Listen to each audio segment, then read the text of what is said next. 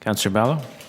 Thank you. I will be supporting the motions both from Councillor McMahon and Councillor Fletcher, and thank them on behalf of City Council for the work that they've done in working with the community through this process. It's never an easy process, absolutely.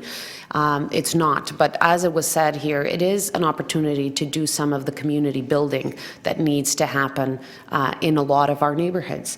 What we have to start doing, I think, a little bit before is we understand that these shelters are actually moving from neighborhoods that are very familiar with shelters and that have dealt with shelters for a long time. They're now going into in some cases, communities that need to know more about these issues, but also have the need. We have the need in some of these communities, and that's sometimes what it's not understood, as people think that, you know, homeless is only in the downtown Toronto. There's thousands of people that are considered homeless. We have our waiting list, our housing waiting list has 3,000 people every day that are considered homeless, that don't have a fixed address. Some of them, those are in shelters, some of them are not. Some of them are downtown, some of them are not. They're all across the city. So we are going to have these debates, and we're going to have these conversations with our neighborhoods, with our communities, and I think we need to do a better job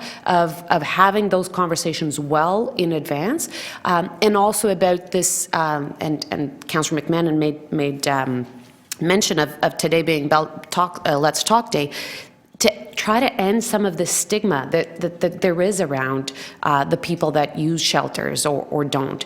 This is an opportunity for us to understand better homelessness issues, mental health issues, and to understand that the shelter is one component of our housing spectrum. And when we talk about housing, we need to talk about starting all the way from shelters to the transitional housing and public housing and housing.